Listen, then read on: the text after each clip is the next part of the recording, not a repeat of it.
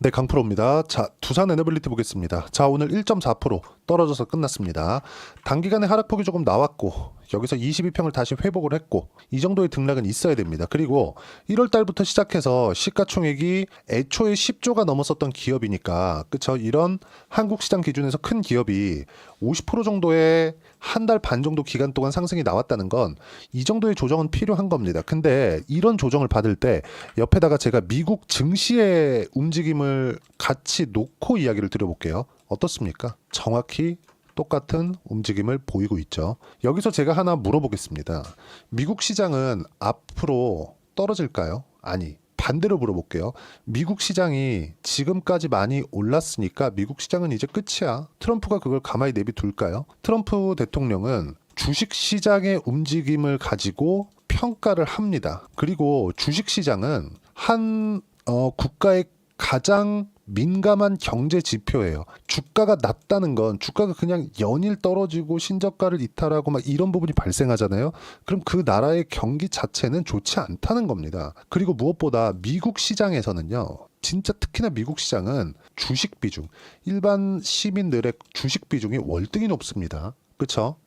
들어보셨을 것 같아요. 401k라고 미국의 국민연금 같은 거예요. 실제 미국 일반 시민들의 주식 투자 비중은 한국하고는 비교가 안 될 정도로 높습니다. 그리고 주가가 떨어졌을 때 그런 부분들이 지지율에 바로바로 영향을 주죠. 그런데도 불구하고 지금 이렇게 나스닥이 떨어진 거예요. 여기에는 다분히 의도적인 부분이 저는 있다고 판단을 합니다. 오늘은 그 부분에 대해서 이야기를 드릴 거고 이 내용이 짧게 끝나면 그쵸? 5분에서 7분 사이에 끝나면 제가 연기금 관련된 내용까지 이야기를 드릴 거예요. 근데 이 내용이 조금 길어지잖아요. 그러면 연기금 관련된 내용이 오늘 대략 한 40거래일 거의 한 50거래일, 40에서 50거래일 정도 동안 연기금이 연속 순매수를 해오다가 매도가 나왔거든요. 이 부분에 대해서도 제가 이 부분 빨리 끝내놓고 이야기를 드리도록 하겠습니다.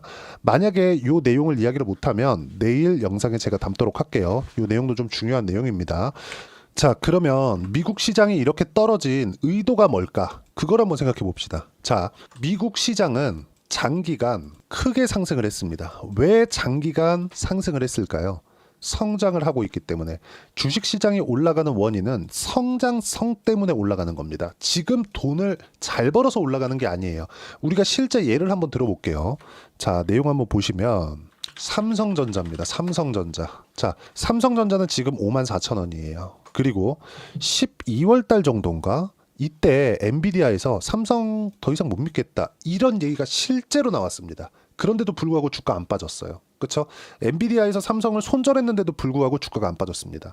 엔비디아는 지금 최고 핫하죠. 그리고 두산 에너빌리티도 엔비디아하고 연관이 있습니다. 두산 에너빌리티하고 엔비디아하고 직접적인 거래 관계에 있다 이런 이야기를 드리는 게 아니라 엔비디아는 지금 AI 시대를 만나서 GPU 가장 많이 판매하고 있죠. 하이닉스가 삼성전자보다 강한 이유가 HBM을 석권했기 때문에 그렇습니다. 실제 하이닉스의 HBM은 27년까지 완판이에요. 물량이 없습니다. 어디로 들어가요? 엔비디아로. 그러면 엔비디아에서 GPU를 만들고 이 GPU를 뭘로 만들어요? 데이터 센터. 데이터 센터를 만드는데 이 데이터 센터를 정부 측에서 지원을 합니다. 실제 트럼프 대통령이 취임한 지 며칠 지나지 않아서 했었던 이야기는 샘 올트먼과 손정희 회장을 그냥 앞에다가 딱 세워놓고 한국 돈으로 700조 이상의 투자 유치를 했다는 것. 그리고 그건 오픈 AI, 즉 챗 GPT를 운영하는 회사인 오픈 AI가 단독으로 사용하는 자금입니다. 이 모든 내용들은 순차적으로 GPU 구매에 들어갈 거예요. 데이터 센터를 짓는 데 들어가거든요. 그러면 이렇게 막대한 자금이 데이터 센터를 짓는 데 들어간다면 여기서는 전기를 공급해야 됩니다. 전기를 공급하기 전에 뭘 해야 돼요? 인프라 투자가 먼저 돼야 되죠. 그래서 현대일렉트릭이 상승하기 시작한 거고 현대일렉트릭이 떨어지기 시작한 그 내용은 실적이 좋아지는 부분까지 확인을 다 하고 난 다음이에요. 그럼 삼성전자를 보자고요. 어떤 상황이 나옵니까? 그쵸? 8만 원부터 9만 원. 거의 한 88,800원이니까 9만 원부터 쭉 떨어져서 5만 원대까지 떨어진 겁니다. 저가는 49,900원이에요. 거의 한 40% 정도 떨어졌는데 이렇게 떨어지는 과정에서 실적은 어떻게 됐느냐? 잘 보세요. 놀라실 수도 있습니다. 보세요. 24년도에는 32조를 벌었고요. 25년도에는 31조를 거라고 예상치가 찍혀 있습니다. 그럼 23년도에는 얼마를 벌었냐? 6조 5천억. 그렇죠? 성장을 했는데 예상치보다 성장을 못했으니까 어떻게 돼요? 주가는 떨어지고 나니까 빠지지 않는다. 이건 뭐 했다는 겁니까? 선반영됐다. 그리고 성장성에 의해서 올라간다. 하나만 더 비교해 볼게요. 하이닉스입니다. 하이닉스 같은 경우에도 실제 25만 원 정도까지 올라갔었던 게 24년 7월 달이고요. 그리고 지금 현재 가격은 19만 2,400원이죠. 이 가격대를 비교해 보면 어떻습니까? 24년도에 23조 원을 벌었고요. 23년도에는 7조 7천억 원의 적자입니다. 그렇죠? 엄청나게 성장을 했죠. 성장폭이 삼성전자하고 비교할 수도 없어요. 삼성전자는 지금 성장성이 떨어진 것에 대한 가격 반영이 된 거고, 돈은 30조 원 이상, 뭐 40조 원 이렇게 벌기 때문에 주가가 더 이상 떨어지지 않는 겁니다. 주식시장은 이렇게 선반영되어서 움직인다. 그러면 24년 7월 달이니까 3분기죠. 3분기 실적 24년 9월 달. 그렇죠? 7, 8, 9월 달이니까 7조를 벌었고 24년 12월 달에는 8조를 벌었습니다. 그리고 6월 2분기까지는 5조 4천억을 벌었어요. 지금 실적이 70%, 80%씩 더 좋게 나오잖아요. 근데 주가는 어때요? 더 낮아요. 성장성이 적용됐을 때 주가는 먼저 올라간다는 겁니다. 적자였을 때 하이닉스 주가 바닥부터 2배 올랐습니다. 그리고 24년도에 더 올라간 거예요. 무슨 얘기냐? 시장에서 인정해 줄 때부터 매매를 하자. 시장에서 인정해 주면 뭐가 들어와요? 돈이 들어옵니다. 자금이 들어와요. 그렇죠? 자금이 들어와서 이렇게 끌어올려진 겁니다. 그리고 이격이 발생한 구간에서는 당연히 조정을 받을 수밖에 없다. 이 조정 구간을 이용해서 우리는 매수 구간을 잡아야 되고, 여기서도 중요한 건 싸게 살라고 노력하지 말자. 주식은 싸게 사서 비싸게 파는 게 아니라 비싸게 사서 더 비싸게 파는 겁니다. 그게 훨씬 쉬워요. 예를 들어서 그렇습니다.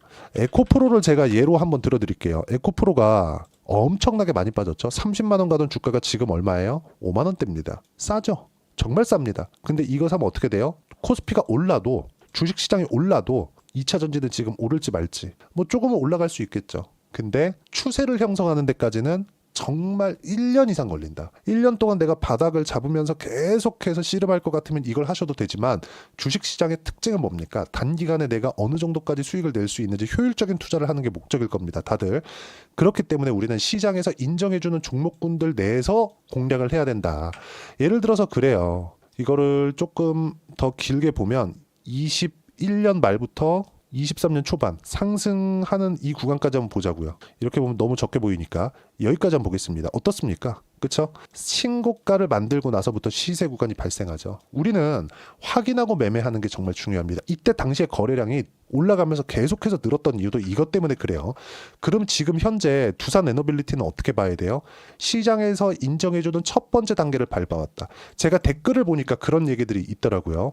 야, 체코도 아직 확정 안 됐다. 이렇게 얘기 나오던데, 체코에 대한 부분은요, 애초에 체코 관련된 내용으로 인해서 주가가 상승할 것 같았으면 뭐가 나와요? 여기서 갔어야 됩니다. 근데 지금은 뭐예요? 체코 관련된 내용 때문이 아니라 미국과 연결돼 있는 부분. 근데 이렇다 보니까 미국 시장에 민감하게 작용을 하고, 그리고 트럼프 대통령, 아까 전에 제가 말씀드렸었던 내용을 이어서 말씀드리면, 트럼프 대통령은 지금 현재 미국 시장이 박살나는 걸 바라는 게 아니라 의도적으로 떨어뜨리고 있어요. 관세를 계속 얘기하고 어딜 때릴 거야, 어딜 칠 거야, 왔다 갔다 하면서 계속해서 압박을 주고 있어요. 그런 과정에서 여기 보시면 미국 시장이 계속 떨어지는 부분들이 생긴다는 거죠. 그렇죠? 나스닥 지수 보세요. 고가부터 10% 떨어졌습니다. 이 구간에서 우리가 봐야 되는 부분이 뭐예요? 미국의 GDP가 마이너스를 찍혀 나오고, 그리고 가장 중요한 점, 10년물 국채금리가 지금 현재 저가 보면 4.18%까지 떨어졌습니다. 그리고 정확하게 2월 초순, 2월 10일 이후에요. 어디요? 4.6%까지 올라가 있는 상태에서 이 상황을 만들어 놓은 거예요. 목적이 하나라는 거죠. 관세를 이야기를 하고, 증시를 살짝 흔들면서, 그리고 목적, 요거. 이건 왜 그러느냐? 잘 보세요. 정말 중요한 내용입니다. 자, 요 내용 때문인데, 미국에 갚아야 되는 돈이에요. 25년도에 확 몰려있죠. 7트릴리언. 그쵸? 자, 요걸 보셔야 되는데, 요 내용이에요. 베센트 재무장관은 그가 재무장관 되기 전에 전임자인 옐런 재무장관의 단기채 위주 국채 발행 전략을 매우 비판했음에도 불구하고 25년까지 단기물 위주 발행 전략을 유지한다고 발표했다. 옐런이 단기채를 돌려막았어요. 돌려막았는데 뭐냐면요, 10년짜리 만기가 된 걸 단기채를 발행을 해서 요걸 막고, 그러면 단기채는 작년에 막아놓은 거면 올해 또 돌아오죠. 그럼 요걸 어떻게 해요? 장기채로 막아야 되잖아요. 근데 지금 현재 장기채 금리가 높다 보니까 어떻게 해요? 그렇죠. 베센트 재무장관도 지금 현재 미국의 재무장관입니다. 우리나라로 따지면 기재부 장관이 되겠죠. 그가 재무장관 되기 전에 전임자인 옐런 재무장관의 단기채로 돌려막는 국채 발행 전략을 매우 비판했는데 나도 그렇게 하고 있겠다. 이렇게 얘기를 하고 있는 거예요. 왜? 지금 어쩔 수 없으니까. 그러면 이 내용이 나왔다는 건 저는 힌트를 줬다고 생각합니다. 그게 무슨 힌트냐? 장기채 금리를 떨어뜨려서 장기채로 돌려칠 거다. 그렇죠. 그러기 위해서는 관세 관련된 내용, 미국이 경기 침체갈까 말까 이런 것들을, 그렇죠. 미국은 워낙에 탄력적으로 움직이니까 이런 상황을 지속적으로 의도적으로 만들어주는 겁니다. 이런 상황에서 우리가 아까 전에 종목 나왔었던 거 있죠. 여기 이렇게 떨어지는 상황, 이런 부분이 발생한다는 겁니다. 근데 항상 뭐 직전 고점, 그렇죠. 이런 부분들에서 내가 어떻게 매수를 할지 무조건 주도주를 해야 된다는 거예요. 제가 다시 한번 말씀드리면 지금 현재 삼성전자 사면 돼요? 안 됩니다. 왜? 추세 형성이 아직 안 됐으니까. 그리고 아까 전에 말씀드렸었던 거 에코프로 같은 거 사면 돼요? 안 됩니다. 왜? 추세 형성이 안 됐으니까. 근데 두산에너빌리티 어때요? 추세 형성이 됐죠. 그렇죠. 단기간에 50% 올랐는데 여기서 이 정도 떨어질 수 있는 거 아닙니까? 그리고 정확하게 고점을 못 잡아요. 우리가 고점을 내가 정확하게 뭐 39,900원에 딱 팔 수 있으면, 아니면 3만 넘어서 딱 팔 수 있으면 여기도 잡아야지. 이게 지속 가능합니까? 그렇지 않기 때문에 우리는 이쪽 구간에서 매수하고, 어디에요? 고점 돌파. 여기서 이제 특별한 상황들이 있겠죠. 그런 부분들을 체크할 수 있는 능력을 기르는 게 중요하고, 지금 같은 경우에도 떨어지는 부분을 확인하고 이쪽 구간에서 매도하고 다시 매수 구간을 잡는다는 거, 이렇게 해야 되는데, 이게 아니라 주식시장에서 항상 여기 사서 여기 팔고 싶어 하고 여기까지 내려가면 더 떨어지지 않을까.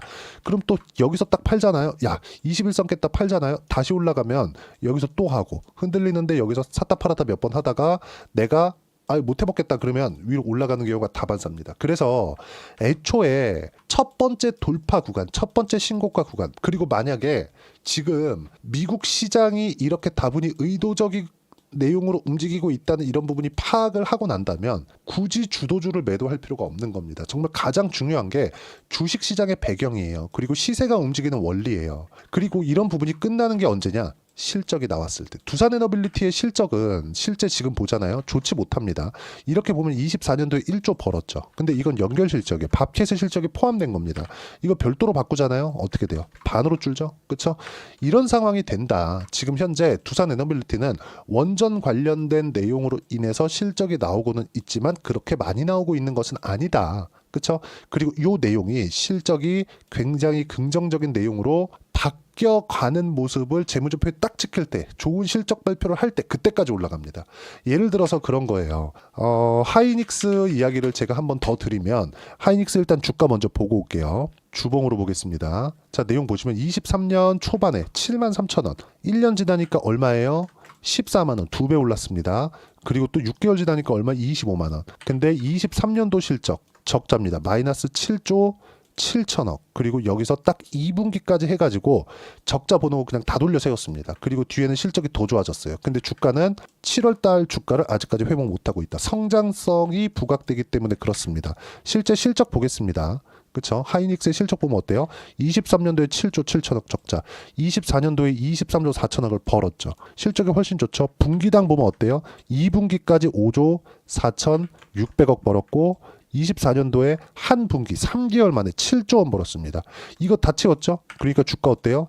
예상치를 넘어야 되기 때문에 주가가 떨어진 겁니다. 예상치를 넘는 실적을 발표해야 돼요.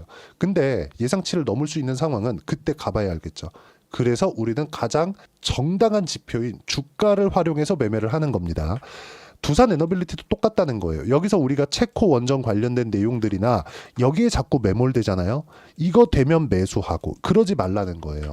확인하고 나서 매수를 해야 되고, 이 첫 번째 지표는 미국 시장의 움직임이고, 지금 현재 미국 시장이 가장 민감하게 반영하는 건 미국의 10년물 채권이다. 이 10년물 채권과 함께 두산에너빌리티를 어떻게 타점을 잡아야 되는지, 전 어저께부터 다시 재매수를 시작을 했습니다. 이 부분까지 실제 타점까지 제가 여기 소통방에서 무료로 공유를 해드리고 있습니다. 자, 내용 한번 보시면 오늘 같은 경우에요.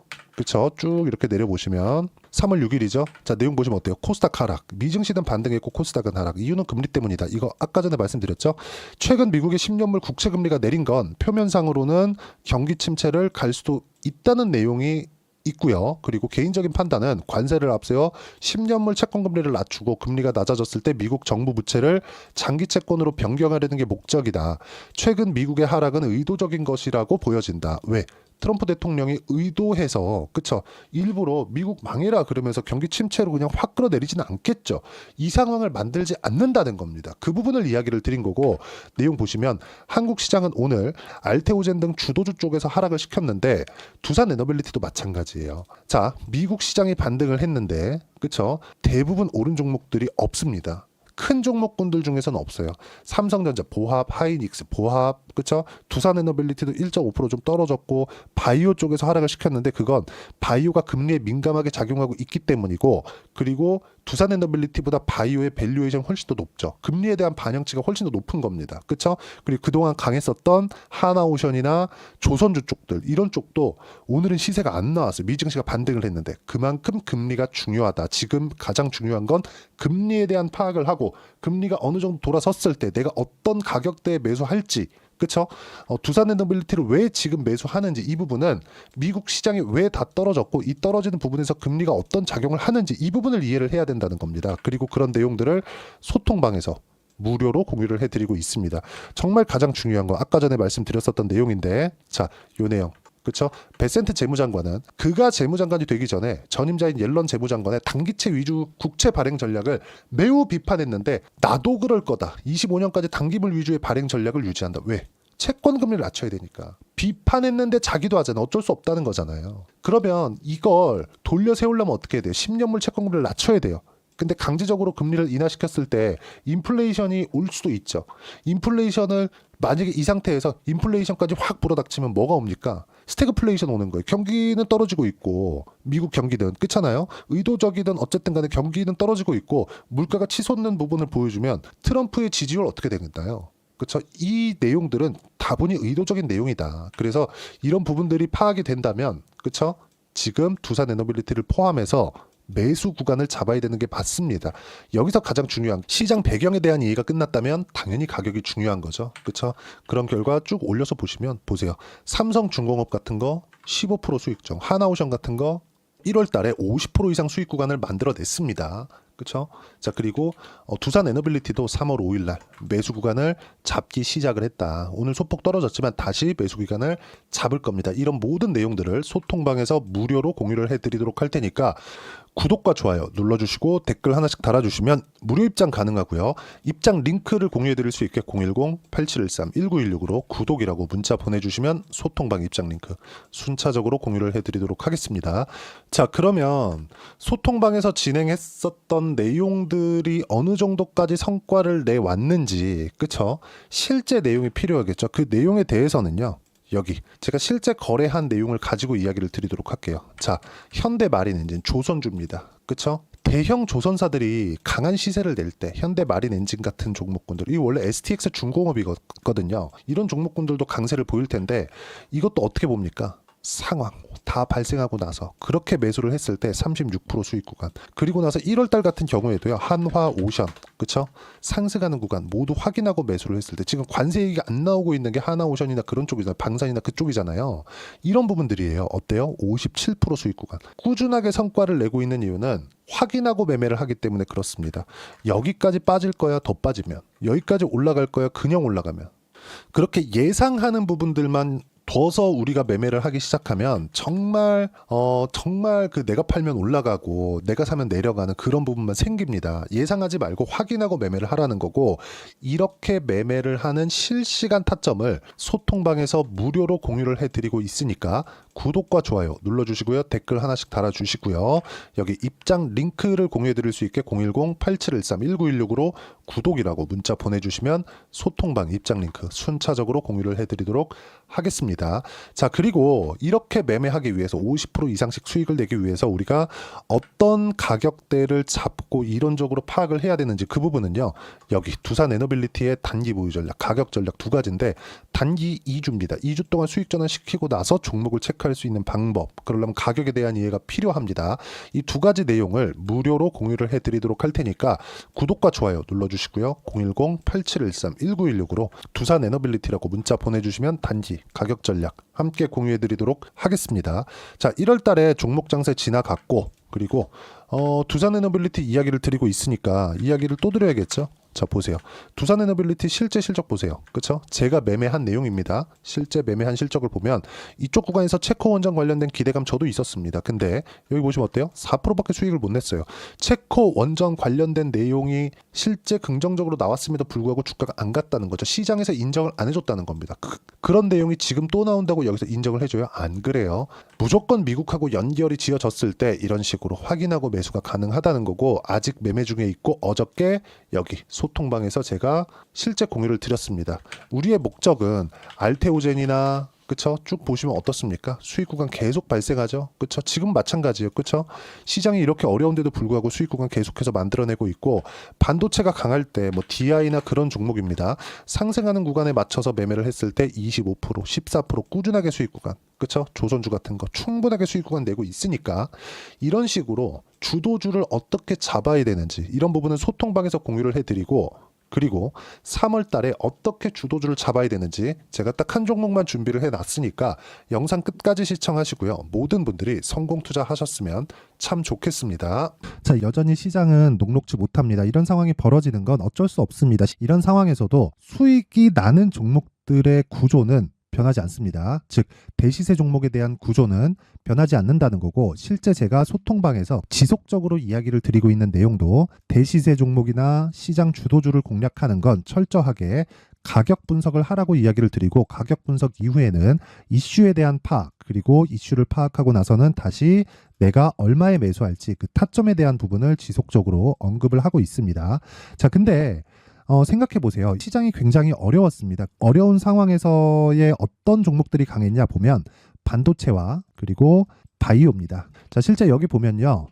HLB에 제가 실제 매매한 내용을 띄워놓고 보여드리고 있는데 1월 22일부터 매매를 시작해서 4일 동안 31%의 수익 마감이 됐고요. 그리고 여전히 신고가 종목입니다. 자, 그리고 그 다음 어보브 반도체, 이름을 보시다시피 반도체 종목이죠. 그리고 AI 반도체는 지속적으로 강세를 보이고 있습니다. 이 종목도 신고가를 먼저 달성한 이후에 제가 21%의 단기간에 21%의 큰 수익을 내고 마감이 됐습니다. 다시 재공략을 준비하고 있고, 이런 부분은 소통방에서 다 공유를 해드립니다. 자, 그리고 코세스, 자, 코세스 같은 종목도 당연히 그쵸, 신고가 종목이고요. 그리고 반도체 종목입니다. 이 종목도 영업일 기준에서 이틀 동안 대략 한 15%의 수익 마감이 됐습니다. 내용을 한번 보시면 어떻습니까? HLB를 포함해서 뭐 30%, 20%, 뭐 15% 이런 식의 수익이 지속적으로 발생하고 있는데, 이 세 종목 모두 다 신고가 종목이고 1월 달에 시장이 약세를 보이고 있는 구간에서도 강했었던 그런 종목입니다. 특징점이 하나 있는데 그 이슈에 앞서서 가격이 먼저 반영했다는 거죠. 그렇게 제가 가격을 먼저 보고 이슈에 대해서 파악하는 이유는 결과적으로는 큰 시세를 먹기 위한 사전 준비 작업입니다. 실제로 큰 시세를 먹기 위해서 사전 준비 작업을 했을 때 여기 레인보우 로보틱스 127%, 그리고 ISC 98%, 그리고 한미반도체 97%의 큰 수익을 내는 상황을 만들 수 있습니다. 어떤 식으로 소통방에서 진행됐는지, 그쵸? 그 상황을 제가 이야기를 드린 건데, 이런 상황도요, 당연히 신고가를 공략했을 때 가능한 겁니다. 자, 그러면 이번에도 마찬가지입니다. 그쵸? 정부 주도의 코리아 디스카운트 해소 방안이 2월 달에 발표를 하고요. 그리고 2월 달에 발표된 내용을 토대로 주가가 움직이는 게 아니라 이미 움직인 내용이 있죠. 실제 이 내용은 크게 중요한 게 아니라는 겁니다. 실제 움직인 내용을 보면, 자, 기아차입니다. 실제로 12월 달에 신고가를 만들어 놓고 정부에서 입김을 불어 넣으니까 순식간에 기아차를 포함해서 현대차 같은 거대 기업들의 주가가 2주도 채 되지 않아서 40% 정도의 큰 시세를 냅니다. 자, 그러면 우리는 어떤 종목을 봐야 될까요? 이슈를 파악해야 되는 것도 맞지만 철저하게 가격에 맞춰서 매매를 해야 되는 게 당연히 중요합니다. 정부가 주도하는 정책 방향이 있겠죠. 그 방향에 맞춰서 우리가 종목을 찾을 필요가 있다. 자, 그러면 답이 나왔습니다. 정부가 주도하는 방향에 맞춰서 제2의 기아차를 찾는 게 지금은 중요하다. 근데 정부 정책의 방향에 맞게 가자. 그랬을 때 앞서서 제가 보여드렸었던 내용인 여기 레인보우 로보틱스 127% 그리고 ISC 98% 그리고 한미반도체 97%와 같은 수익을 낼 수 있습니다. 물론 시간에 대한 부분은 최소 2주의 시간이 필요하고요. 그리고 최장 3개월 안에 끝내야 됩니다. 자, 기아차의 시세를 보셨던 것과 같이 2월 달에 정부 정책의 방향이 결정되고요. 바로 3월 달이면 시행입니다. 자, 그러면 우리는 거기에 맞춰서 당연히 종목을 찾아야 되고 제가 제2의 기아차를 찾아놨습니다. 제가 아까 전에 소통방에서 이야기를 드렸었던 내용 다 공개를 해드렸는데 그 내용처럼 종목만 받고 싶다 하시는 분들은요. 상단에 있는 제 전화번호로 대시세, 자, 대시세라고 문자를 보내주시면 정부 정책의 방향에 맞는 종목을 모든 분들에게 무료로 공개를 해드리도록 하겠습니다. 자, 제가 원하는 건 채널 성장이 목적입니다. 자, 그래서 구독과 좋아요 꼭 좀 부탁드리고요. 모든 분들이 정부 정책에 맞는 방향으로 매매를 이어가서 큰 수익 보셨으면 좋겠습니다.